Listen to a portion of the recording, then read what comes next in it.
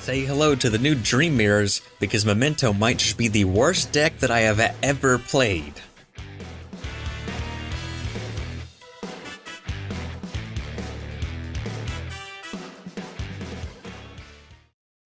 So to explain why I think this is the next Dream Mirror, how about we say what the deck actually does.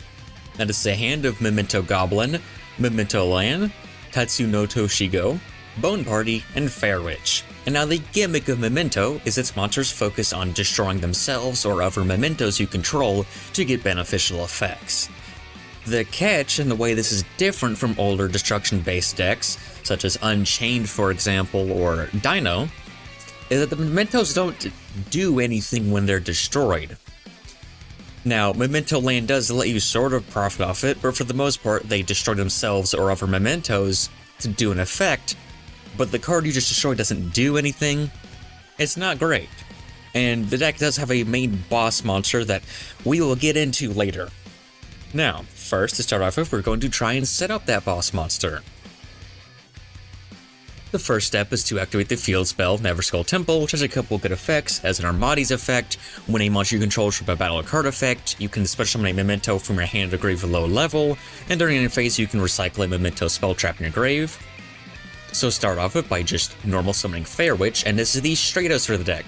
When it's normal special summoned, you can search a memento monster, and a second effect to reborn a level 2 or lower memento by destroying a memento you control. After summoning it, we search the boss monster, Memento Lol Teklitika, the Never Skull Dragon. It's a 5,000 attack and defense level 11 Earthworm that must be special summoned by shuffling 5 other memento monsters with different names from your hand or graveyard into the deck or extra deck. There is another way to summon it, but this is the main built-in condition, and that is how we will be summoning it in this combo. Now to go ahead and go next is the Tatsuno. This is a very strong card, one of the best in the archetype. It's a free special summon if you control only mementos, and during your main phase you can destroy a memento you control to send any number of memento monsters with different names whose total levels are equal to or lower than destroyed monster's original level. So it's a pretty decent up to triple Foolish Burial, or even more depending on what you destroy. Then I will go ahead and trigger Memento Bone Party, the sort of E-Telly of the deck, which destroys a memento from your hand or field, then takes a different named memento and special summon it or adds it to your hand. In this case we'll destroy Goblin, and special summon Mace, which is another sort of straightest for the deck. Then using Mace we'll destroy Self, and search Cranium Burst. This is the other part of Never Skull, because Never Skull is weird, where half of its strength comes from its continuous trap that you almost always want to have field next to it. Now it's time to actually try and summon Never Skull. We'll go ahead and use Tatsuno, destroying itself, and dumping 3 memento monsters in total, a copy of Mace, Goblin, and Fair Witch, whose levels equal 5. Then we can trigger Memento Land and Reborn Goblin. Goblin is another layer of Foolish Barrels, except this one can actually even send just memento cards, including spell traps, which is great for Memento Land. In this case, we will dump Horn Dragon and Bone back. And this is important to send Horn Dragon because we now have 5 differently named mementos. We can shuffle these into the deck, and special summon Never Skull. Then we set Cranium Burst, and that's about it. Although in the end phase, we do get to use Memento Land to grab back or Bone Party. So what does this end board do? I mean, we did spend our entire hand on it, playing through no interruptions. And it was a very specific hand. Well, Nether Skull, if you control no other monsters, it can attack all the opponent's monsters. Not useful going first, and it's already turned off because we have a Fair Witch. Its second effect is once per turn, if your opponent activates a card or effect, you can special summon a memento monster from your hand to graveyard, which we have a couple targets of. Then the back row, Memento Cranium Burst, and this is the sort of reason to look at the deck.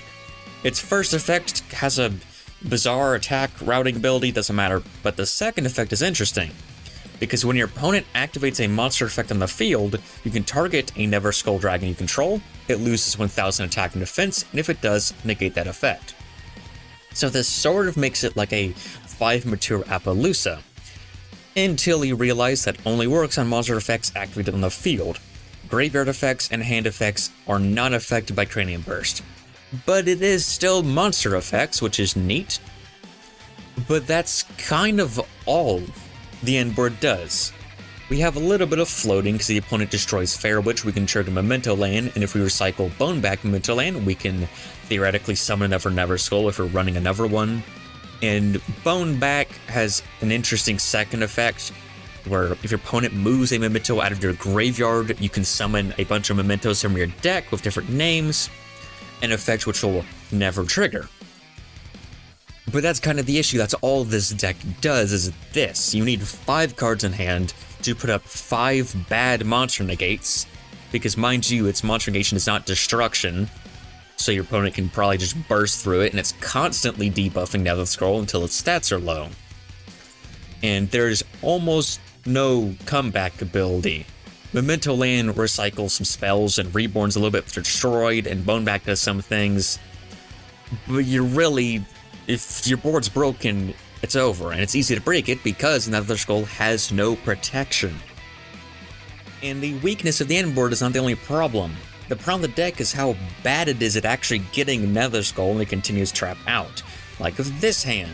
And now sure, I'm not running a full Mementos, I'm running a small package of cards like Diabell Star to try and pick it up, but this is a hand where in most decks, getting 2 of your strongest engine pieces should mean you can do everything you want to, and Bone Party and Tatsuno are 2 of the strongest cards in the deck.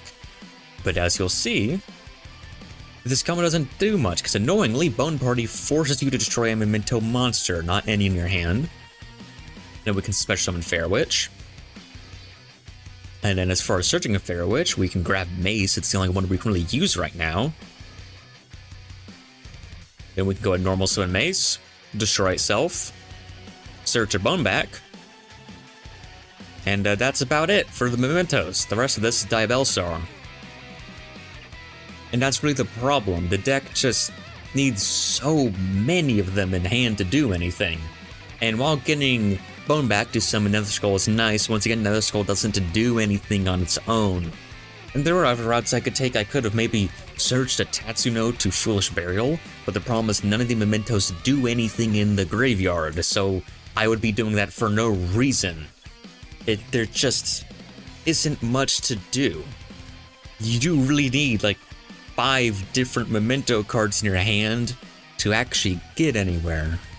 And in modern Yu-Gi-Oh, that's not good. Keep in mind, we just saw Snake Eye and Diabell Star get revealed. Decks with very consistent and very strong 1-card setup combos that are very repeatable. None of those words involve this deck. Now let's head to the deck list just so we can look more in depth. Maybe I missed something. We've already gone well over Nether Skull, but one of the ones I didn't mention much is Memento Horn Dragon. An equally bad card, because this card can special summon itself if you have 3 more Memento monsters in the graveyard, which is nice, a hugely better condition than shuffling them back into the deck of Nether Skull. It can also just be summoned by other effects, which is very convenient, including Nether Skull. And its actual effect is if this card on the field is destroyed by card effect, you can target 3 face-up cards in the field, including at least 1 Memento card you control, destroy them. So the reward for summoning Horn, a card that individually does nothing, is you get a really bad version of Sword Soul Blackout, or Icarus Attack. And that's it, because you have to have another face-up Memento on the field to destroy, and it only targets face-up cards. You can't destroy Horn from the hand. If it gets banished, it doesn't do anything. It doesn't do anything. Now, Tatsuno is a card it's hard to complain about. It's a fine card. It's annoying, it forces you to only have Mementos, but a triple Foolish Burial by itself is really strong, and if the other Mementos did things, this would be a very good card. Fair Witch is similar. It's a Stratos that can reborn low-level Mementos. Very good. Goblin is fine. It has the worst hand effect. The sort of preventing targeting effect. The problem is you have to just shotgun this, which is very annoying, and the other thing is you won't have a Goblin in your hand. This deck doesn't have cards in the hand if Nether Skull's on the field. Then during the main phase, you can destroy it and Foolish Burial 2 cards. That's a fine effect. And Mace is decent. It also has the bizarre discard effect, which lets you sort of snatch steal an opponent's monster or have a change of heart it on their turn, which is cool, but you can't do anything with it. It doesn't become a memento so you can pop with horn or anything. You just take control of their monster until the end phase. And during the main phase, it can destroy memento you control and search any memento card. So that's kind of thing with mementos. All their second effects are very good. Most of their effects are pretty strong, but you notice it's missing anything that happens when they're destroyed. They all kind of function as if there's this mythical memento card that when it's destroyed, it becomes, you know, Baby Ceratosaurus or something like that. And once again, the real issue is that all of this effort leads to absolutely nothing, because Nether Skull just isn't good.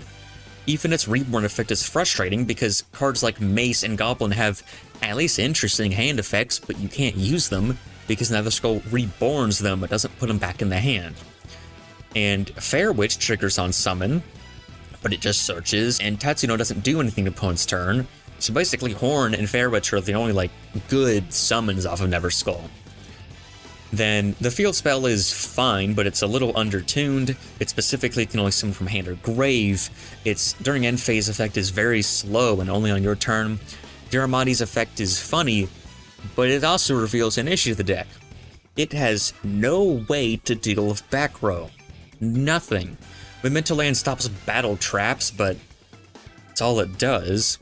It has no real way to remove them because Horn Dragon, once again, is for some reason only face-up cards. There's zero protection. The only way to try and play through back row is Goblin's hand effect on Nether Skull, which is not only terrible, there's very few situations where this does actually even makes any sense.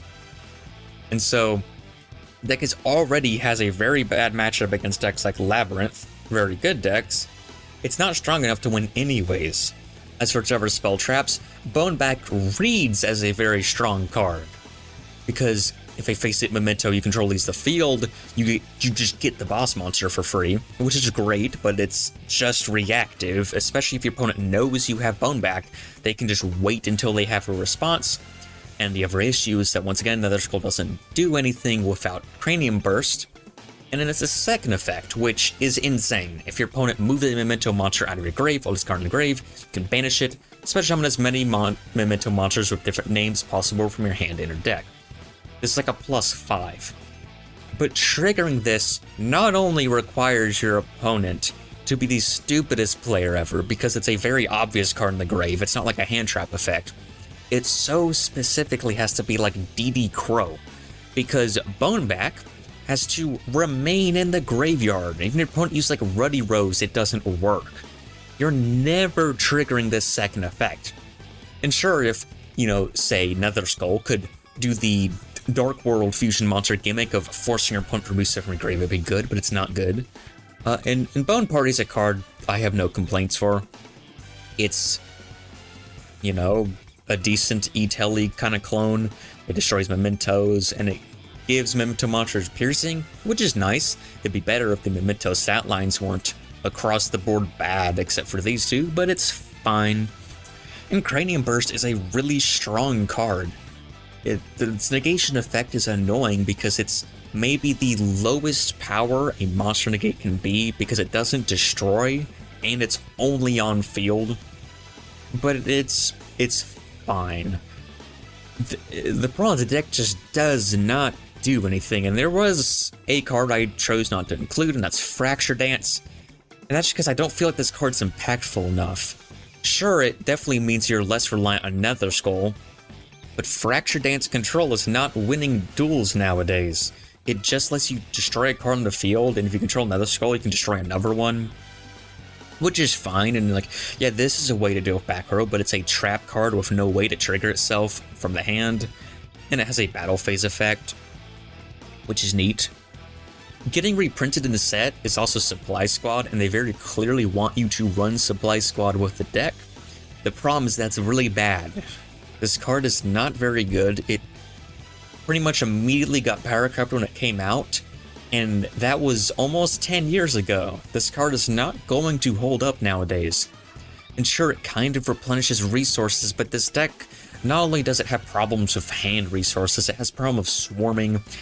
it just doesn't do anything, and that's why I keep bringing up Dream Mirror, because it feels pretty similar. And I'm running stuff like Teak-Boo because the deck has all different monster types. Granted, you're only going to be controlling like 2 monsters, so you can probably run whatever floodgate you want. 1-for-1 kind of helps with the monster storming. It does have a few level 1s that you want that on field. And the Diabellstar stuff is theoretically a way to get more Mementos engraved and to get more sort of negation and draw power of Treasure Hunter. But quite frankly, whenever these decks come out, you should just be playing the Diabellstar stuff instead. And it's unfortunate because on the first reading, this deck was really cool, but then I started seeing Nether Skull requires different names. And now, mind you, there are 6 Memento monsters total, including Nether Skull. So you need pretty much all 5 other names or another copy of Nether Skull in the grave, and sure, you could run triple Nether Skull, but then you'll just draw 3 Nether Skull and, Memento land and not do anything. Horned Dragon is just bad, and the main deck is good, but they're missing an entire paragraph of text. And the Spell Trap lineup is fine. In general, I don't feel like there's much worth looking into this deck. You can't even splash it in Dino because all of its destruction effects force you to destroy a Memento. Unlike, I keep bringing it up, Snake Eye and Diabellstar because they just got revealed, there is no generic splash ability. While it doesn't lock you into anything, it doesn't bring anything to other decks. There's no advantage. And as far as big boss monsters, Nether Skull is neat, but cards even like this Cyberduck End Dragon, a card that's not that new nowadays, is so much individually stronger, while also being about as difficult to summon. It's ridiculous. My only assumption is they really overestimated how impactful a 5,000 attack main deck monster is, despite that being worse than a 5,000 attack extra deck monster. Just in general, this deck, I just don't understand what's happening. And I'm not even optimistic for the future because I don't know what support it could have. It's pretty clear they might get an extra deck monster because Nether Skull mentions an extra deck monster, but we don't have one. But I don't know what the deck could get. It would need an extra deck monster that just gives all of the Mementos floating effects. Or it lets you summon 5 from deck, draw 5. It would need to be such an incredibly strong card, like the Earth's Arctic spell that lets you draw 7. It needs that. The problem is that a deck like Earth's Arctic is still bad. And Earth's Arctic also has a tangible game plan, which is something this deck doesn't really have. It's trying to make Nether Skull for no reason. And I've been on a rambly rant, but that's because this deck is just so confusing after releases like Kashtira, Tearlament, Sprite, even Snake Eye shows a ton of potential. For them to release this, a deck with as cool theming as the Memories of Old Abandoned Vanilla Monsters, to be a deck that feels like a deck full of old abandoned vanilla monsters.